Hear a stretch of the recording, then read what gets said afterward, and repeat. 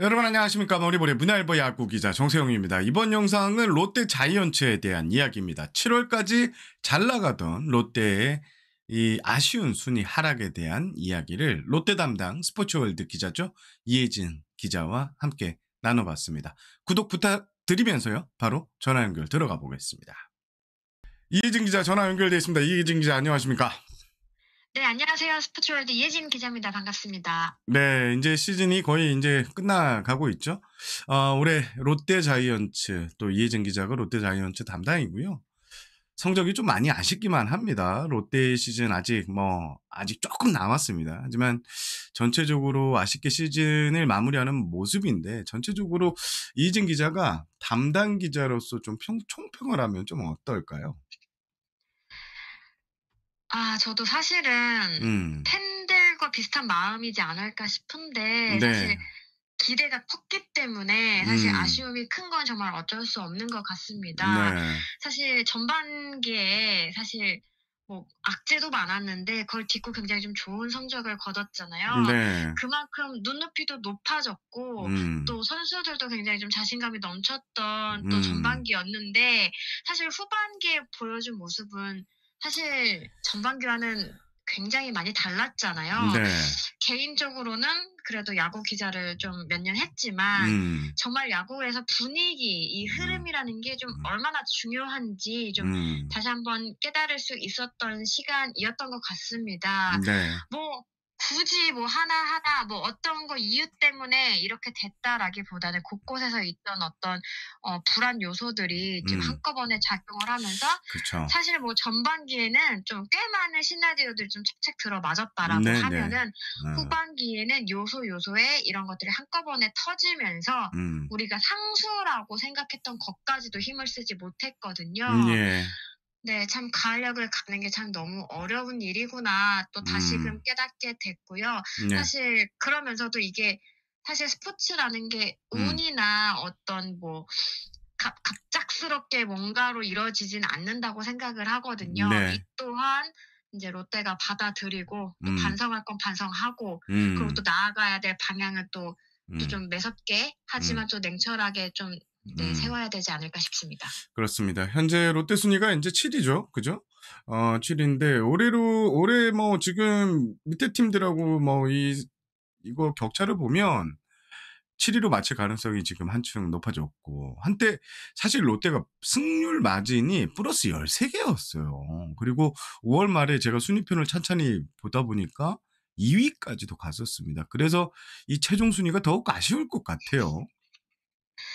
맞습니다. 사실 이렇게 극과 극을 달렸던 팀이 사실은 찾아보니까는 많지가 않아요. 그렇죠. 네. 이렇게 말씀해 주신 어떤 승패 마진 플러스 13, 이게 이제 8월 6 일까지만 하더라도 승패 마진이 플러스 13 이었거든요. 맞아요. 예. 여기에 또 이제 4 위와는 5 경기 차, 그리고 5 위와도 6 경기 차. 맞아요. 이 예. 정도면은 사실은 가을 야구를 못 가는 게 좀 이상할 정도였고, 네. 사실 인제 롯데도 내부적으로 봤을 때 제가 보기에는 뭐 1 위를 노린다 이런 것보다는 안정적으로 네. 남은 이제 경기를 치르면서 3위 자리를 지키는 걸 굉장히 좀 포커스를 놨던 것 같아요. 네. 그런데 어쨌든 그게 좀 맞아떨어지지 않았죠. 그래서 제가 인제 좀 의미 있는 뭐 기사들도 많이 나왔습니다마는 10개 구단 체제가 시작된 2015 년부터 지난해까지, 그러니까 10 시즌이겠죠. 100 경기를 치른 시점에서 승률 5할 5푼 이상을 기록한 경우가 총 30번이었는데 네. 이 중에서 가을 야구 진출한 팀이 단 한 번도 없었습니다. 아하. 네, 근데 올해 100 경기 기준으로 승률 5할 5푼 이상을 기록했던 팀이 인제 당시에는 하나가 가장 높았고요. 네. 승률에서 그다음에 LG, 롯데, 순 이렇게 딱 3 팀이 5할 5푼 이상이었어요. 네. 그런데 이 3 팀 중에 인제 하나와 LG는 여전히 선두 경쟁을 하고 네. 있고 롯데만 지금 굉장히 좀 처진 그런 상황입니다. 그렇습니다. 역대 5할 오픈 이상을 기록했던 10개 구단 체제에서 한 팀도 탈락한 적이 없는데 롯데가 지금 그 이제 오명을 좀 쓰게 됐다 이런 설명이었는데요. 사실 되돌아보면 저는 이게 결정적이었던 것 같아요. 8월 달에 12연패. 이게 뭐 전준우 선수 이탈도 있었고요. 뭐 데이빈 선수 같은 경우에는 벨레스케스 선수를 교체했는데 이게 뭐 교체가 오히려 악수가 되는 이런 게 좀 느껴지는데 이혜진 기자가 보는 추락원이 뭐가 있을까요? 그쵸. 사실 이제 직접적으로 인제 어떻게 보면은 좀 급격한 내리막길을 걸었던 거는 이 8 월에 12 연패를 언급하지 않을 수는 없을 것 같아요. 네. 이때 분위기가 굉장히 처졌고 음. 이로 인한 어떤 후유증을 굉장히 좀 심하게 알았습니다. 왜냐면 연패를 끊어내기 위해서 어떻게 해서든 좀 무리를 할 수밖에 없는 그렇죠. 경기들이 좀 네. 이어졌거든요.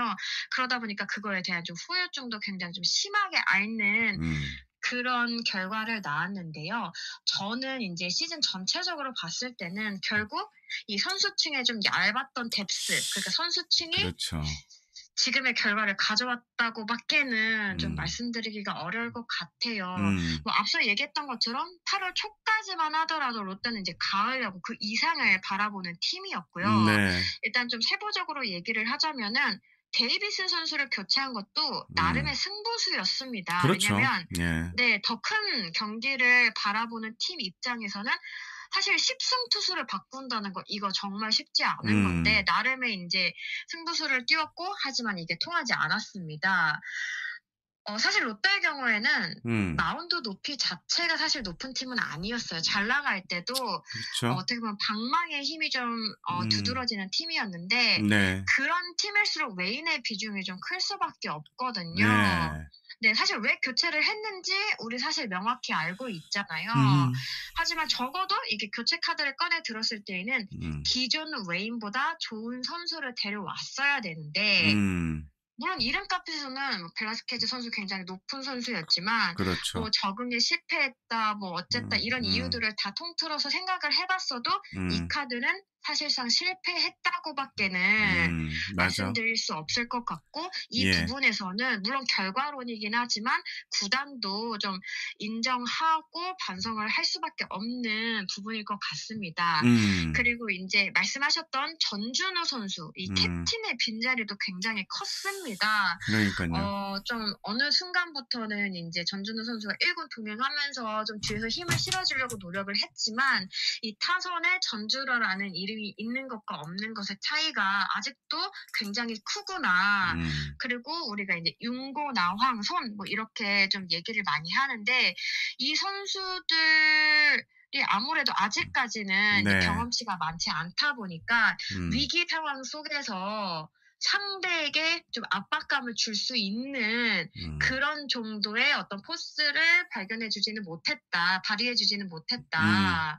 결과적으로 어떻게 보면 페이스가 떨어지면서 선수들은 쫓기고 조급해지고 그러면서 실수는 계속 나오고 연패는 쌓이고 그러다 보니까 인제 분위기가 가라앉는 그런 모습을 좀 계속 보였는데요. 네. 물론 저는 이 부분도 인제 팬들이 많이 얘기하는 걸로 알고 있는데 전반기 때 아무래도 이 팀에도 부상 악재가 굉장히 많았거든요. 네. 네, 주축 선수들 위주로 또 많이 있었기도 하고 그러다 보니까 좀 일부 선수들이 조금 일찍 당겨서 좀 속도를 높인 부분도 없지 않아 있어요. 그 부분도 네, 영향을 줬다라고 저도 생각을 하는데 이 또한 이 선수층의 어떤 부분으로 인한 또 결과가 아닐까. 네. 근데 결국에는 저는 야구는 팀 스포츠라고 생각을 하거든요. 맞습니다. 예. 네, 누구 한 명으로 인해 좌지우지가 된다. 뭐 아까 몇 명 좀 집중적으로 말씀드리긴 했지만 예. 그거 자체가 그 팀의 현실을 알려주는 대목이라고 생각을 할 수밖에 없을 것 같습니다. 그렇습니다. 이제 가을 야구를 2017년에 갔죠, 그죠? 조은우 감독이 있을 때 그때 가고 네, 맞습니다. 이제 8년째 가을 야구를 못 가게 됐는데 올해는 진짜 이 말씀해주신 대로 7월까지 죄송합니다. 분위기가 좋았는데 내부적으로도 올해 성적, 이 분위기 좀 심각하게 볼 것 같은데 좀 어때요? 그렇죠. 사실은 내부적으로는 전반기에 잘 나가고 있을 때도 경기를 늦추지는 않았어요. 네, 우리 팀 전력 자체가 객관적으로 예를 들면은 뭐 최상위 팀들과 비교를 했을 때 분명히 부족한 점이 많고, 네. 그다음에 인제 계속 이제 새 얼굴이 터지는 그런 음. 분명히 좋은 시그널도 있었지만, 그거 자체에 이제 물음표가 이게 얼마나 지속될 수 있을까, 연속성에 대해서 좀 물음표를 음. 건 좀 물음표를 자아내는 부분도 네 분명히 네 네. 있었는데, 이게 이렇게 한꺼번에 갑작스럽게 흔들릴 거라고는 생각하지 않았을 것 같아요. 그래요. 예. 이 부분은 냉정한 분석 분명히 필요하다라고 생각하고, 네. 어쨌든 이제 8월 이후에 10개 구단 뭐 그런 걸 음. 떠나서 가장 중요한 시기잖아요. 예. 성적을 내는 가장 중요한 시기에 가장 많이 흔들렸다라는 거는, 음. 네, 좀 이 부분에 대해서 어떤 식으로 보완을 할 것이냐, 뭐 선수들이 지쳤고 피로도가 쌓였고 이런 음. 부분 굉장히 좀 두드러졌는데, 음. 사실 롯데만 경기를 한 게 아니잖아요. 네. 10개 구단 모두 경기를 맞아요. 하고 분명히 모두가 지쳤을 때였는데 결과가 이렇게 극명하게 나뉘었다는 음. 거는, 네, 좀 이 부분에 대한, 네, 대책이라고 해야 될까요? 분명히 예. 필요하다라고 생각을 합니다. 제가 인제 사실 제일 걱정하는 게 이렇게 인제 충격 여파가 한번 있었던 팀들 있잖아요. 그러면 대부분 충격적인 추락 이후 다음 시즌까지 이 여파가 미치거든요. 이게 인제 구단에서 좀 많이 신경을 써야 될 것 같은데요. 그죠? 이게 제가 가장 우려하는 대목이기도 해요. 음. 근데 사실 뭐 현장에서도 얘기를 들어보면은 비슷한 얘기하시는 분들도 꽤 많이 네네. 있었거든요. 뭐 인제 뭐 꼭 비단 롯데 내부적으로 네. 아니더라도 인제 바깥에서도 "더그아웃 분위기 예전 같지 않은 것 같다."라는 얘기를 해 맞아요. 주신 분도 예. 있고요. 네, 그다음에 사실 어 전에 뭐 다른 팀이나 아니면 어떤 흐름 자체를 봤을 때도 어 음. 그 시즌 말미에 좋지 않았을 경우에 이게 딱 음. '아, 올 시즌으로 끝. 내년부터 다시 새롭게 시작하자.' 분명히 얘기는 하지만 이게 진짜 쉽지 않아서 회복하는 데 꽤 오랜 시간이 걸린 팀들도 제가 옆에서 봤었거든요. 그쵸. 예. 네. 이 부분을 분명히 저는 내부적으로 음. 인지하고, 이 음. 부분에 대해서 선수들이 새롭게 마음가짐을 '우리도 할 수 있다.' 다시 좀 마음을 다잡고 할 수 있는 어떤 음. 분위기를 만들어 줘야 된다라고 생각을 하거든요. 예. 또 개인적으로 이 선수들이 참 좀 마음이 안 다쳤으면 하는 바람도 있어요. 왜냐하면 음. 연패가 길어지는 동안에도 가장 마음고생을 많이 한 건 전 선수들이라고 생각을 하거든요. 맞습니다. 그리고 예. 미디어나 이런 팬들의 어떤 지적도 당연히 음. 받아들일 건 받아들여야 되지만 그로 인한 좀 상처도 많이 받고 있는 것으로 알고 있어요. 네. 그래서 너무 거기에 또 너무 음. 깊숙이, 네, 빠져들기보다는, 음. 네, 아까 잠깐 얘기했던 것처럼 반성할 거 하고 또 털어낼 건 음. 털어내야 경기는 계속 돼야 되니깐요. 네. 이런 어떤 쪼끔 어떻게 보면은 이런 어떤 모습이 반복돼서는 안 되잖아요. 예. 이런 부분들도 좀 선수들끼리 모여서 얘기도 많이 나눴으면 좋겠고요. 그런 예. 바람입니다. 알겠습니다. 자, 아무래도 인제 김태형 감독 이야기가 계속 나와요. 뭐 아직 거치에 대해서 뭐 1년 계약 기간이 남았기 때문에 제가 파악하기로 뭐 별다른 움직임이 없는 것으로 알고는 있기는 한데 뭐 이 특별한 움직임은 없는 거죠. 그죠? 그쵸. 올해 인제 김태형 감독 2년 차였거든요. 네. 사실 지난해도 그렇고요. 올해도 그렇고요. 제가 옆에서 봤을 때 롯데가 가장 믿는 것은 김태형 감독이었어요. 음. 네. 그만큼, 네, 또 힘을 많이 실어주기도 했고. 예. 근데 사실 또 김태형 감독이 부임한 이후에 뭐 드라마틱한 뭐 외부 영입이 있거나 하지는 또 않았어요. 그렇죠. 예. 근데 그럼에도 '아, 김태형 감독이라면 좀 어느 정도는 좀 음. 변화시켜 주지 않을까.' 이런 믿음이 있었다고 생각을 하거든요. 음. 사실 뭐 이군과의 어떤 소통이나 현장과 프론트의 소통 이런 것들은 저는 꽤 잘 됐다라고 생각을 해요. 음. 네. 근데 어떻게 보면 또 이제 김태형 감독만의 색깔이 있었고, 네. 근데 이런 것들이 뭐 계속 또 보여졌다라고 생각을 하는데, 아마 인제 김태형 감독도 아쉬움이 많을 거예요. 그래서 인제 어제였죠, 저희 녹음 기준으로. 음. 네. 어제가 26일 네. 말씀드려도 되죠? 네 네. 맞습니다. 어제가 인제 홈 경기 마지막 네. 경기였거든요. 쪼끔 어렵게 승리를 좀 거두긴 했는데 어쨌든 승리를 거둔 후에 인제 김 감독이 좀 나서 가지고 팬들 앞에서 좀 "우리 선수들 열심히 했는데 네. 마지막에 힘을 발휘하지 못해서 좀 미안하다. 실망시켜서 예. 죄송하다." 이런 얘기를 팬들에게 했다라고 알고 있어요. 예. 네, 그러면서 인제 "우리는 운동장에서 쓰러지더라도 결과를 내야 된다. 남은 기간 음. 좀 착실히 해서 내년에는 꼭 보여주겠다." 이렇게 좀 강조를 했다라고 알고 있거든요. 네. 네, 결국 또 이 부분에 다시 한번 또 믿음을 해야 아. 되지 않을까 싶습니다. 그렇습니다. 그렇습니다. 자연스럽게 인제 아까 잠깐 얘기했는데 뭐 선물을 못 받았었는데 사실 롯데가 다가올 이 비시즌 동안에도 운신의 폭이 상당히 좁습니다. FA 시장 뭐 셀캡도 있고. 그래서 인제 롯데의 인제 비시즌 행보에 대해서도 관심이 나오는데 이게 참 어려울 것 같아요. 사실 롯데가 그전에 사실 저는 그렇게 생각해요.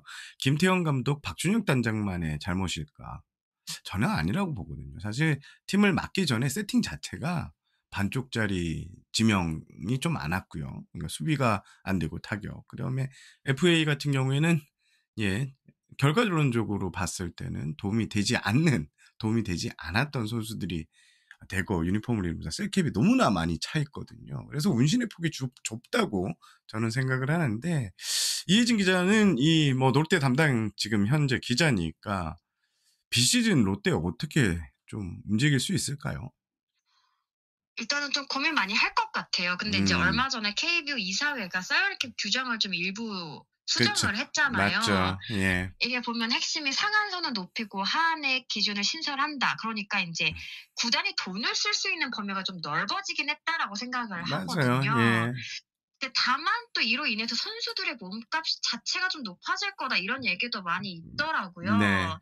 이제는 인제 10개 뭐 구단 다 그렇겠지만 무조건적으로 돈을 쓰는 또 시대는 아니잖아요. 좀 영리하게 쓰기 위해서 좀 노력하는 부분들이 있기 때문에 이 부분은 좀 지켜봐야 될 거라고 생각을 하고요. 네. 저는 음.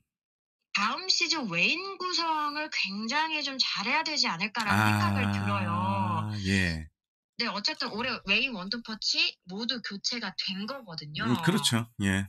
네, 근데 뭐 감보아 선수가 물론 굉장히 잘해 줬지만 사실 감보아 선수 자체도 좀 리스크가 있는 카드기는 했어요. 왜냐면은 선발 로테이션이 음. KBO 리그에 와서 처음 돈 거기 때문에. 맞아요. 이닝 수가 네. 그전에 작았잖아요. 그죠? 예. 그쵸. 좀 확 늘어난 부분이 있었고 음. 벨라스케즈 선수도 어쨌든 인제 수술 후에 재활을 하고 있는, 그리고 인제 쪼끔씩 인제 마이너 리그에서 좀 이닝을 늘려가는 뭐 어떤 음. 이런 부분, 그리고 인제 10승 투수를 바꿔야 되는 어떤 그런 부분에서 분명한 리스크를 안고 있는 교체였다라고 생각을 하기 때문에 예. 뭐 어쨌든 롯데가 다음 시즌에 좀 더 좋은 성적을 내기 위해서는 음. 좀 강력한 카드가 음. 있어야 된다라고 생각을 하고, 사실 뭐 지금 뭐 최상위 LG나 한화의 경우에도 이 외인 음. 부분에서는 굉장히 어쨌든 뭐 변화도 있었지만 음. 잘했다고 생각을 하거든요. 예. 롯데도 그 부분부터 일단은 좀 음. 신경을 많이 써야 되지 않을까 생각이 듭니다. 네. 우리가 너무 우울한 얘기를 했는데요. 그래도 우리 롯데 '올해 이건 잘했다.' 요거 좀 있을까요? 일단은 좀 '새 얼굴이 많아졌다.'라는 거는 음. 좀 다가올 미래를 좀 기대할 수 있는 대목이 좀 커졌다라고 생각을 해요. 음. 사실 롯데도 사실 유망주들 굉장히 많았는데 이게 빛을 본 케이스가 많지 않거든요. 예. 근데 올해는 어쨌든 이제 1 군에서 경험치를 먹은 선수들이 꽤 있어요. 네. 가령 인제 야수들 같은 경우에는 아까 윤고, 나왕, 소원 이 선수 외에도 뭐 네. 장두성, 이호준, 박준영, 뭐 네. 김동희 이런 선수들이 좀 어쨌든 좀, 네, 본인의 이름을 자리를 알릴 예. 수 있는 또 그런 시기였고, 또 마운드에서는 홍민기, 이민석 이렇게 좀 그동안 계속 주목을 받았던 선수들이 어쨌든 맞아요. 의미 있는 또 성적을 냈다라고 생각을 음. 합니다. 그리고 뭐 정현수, 김강현, 박진 이렇게 좀 마당새 역할, 막 엄청 화려하지는 않을 수도 있지만 음. 굉장히 좀 헌신한 선수들, 이 선수들도 이제 팬들에게 좀 많이 좀 음. 어필을 했을 거라고 생각하고 네. 또 수년간 우리가 "아픈 손가락이다." 뭐 이렇게 표현하기도 했는데 윤성빈 선수가 보직을 변경해서 꽤 많은 경기에 나섰다라는 점도 네. 앞으로 이 선수가 그래도 네 음. 좀 '더 발전할 수 있는 부분이 있구나.'라는 음. 거를 음. 좀 느낄 수 있는 부분이었고요. 네. 그다음에 앞서서 뭐 아까 뭐 김태형 감독 그리고 박주현 단장의 어떤 소통에 대해서 저는 좀 긍정적으로 보고 있다라는 얘기를 했는데 네. 트레이드 같은 경우가 좀 성공을 작년에도 그렇고 올해도 했잖아요. 네네네. 이 부분은 그런 것들을 좀 보여주는 대목이라고 생각을 해요. 음. 근데 올해 맞아요. 전민재 선수, 정철원 선수 없었다면은 더 그러게요. 힘들지 않았을까라는 생각을 하면서 요런 부분들도 어떤 전체적인 그림으로 봤을 때는 긍정적인 방향으로 나아가고 있다라고 생각을 했습니다. 알겠습니다, 알겠습니다. 우리가 대화를 나누니까 거의 지금 한 20분 가까이 했는데 사실 롯데 이야기, 특히 인제 한 시즌을 결산하는 팀 이야기를 하면 이게 1 시간을 해도 부족하거든요. 하지만 맞아요. 다음을 위해서 오늘 이혜진 기자 이야기는 여기까지 듣도록 하겠습니다. 감사합니다. 오늘 고생하셨고요. 제가 지금 이 녹화를 하는 시간이 상당히 늦은 시간인데 오늘 정말 정세용 선배의 헬프를 받아주셔서 감사합니다. 아유 감사합니다. 또 많이 또 마음이 아프실 롯데 팬분들도 힘내시라 네. 같이 힘내보자라는 말씀 드리고 싶습니다. 알겠습니다, 알겠습니다. 오늘 전화 연결 여기까지 하겠습니다. 이혜진 기자. 네 감사합니다. 네. 이상으로 오늘 영상 마무리하겠습니다. 매주 월요일 밤 방송되는 제가 출연하는 MBC 스포츠 플러스 비하인드 많은 시청 부탁드리고요. 구독도 지금 한번 부탁드리겠습니다. 그러면 영상 진짜 마무리하겠습니다. 저는 문화일보 야구 기자 정세영이었습니다. 안녕히 계십시오.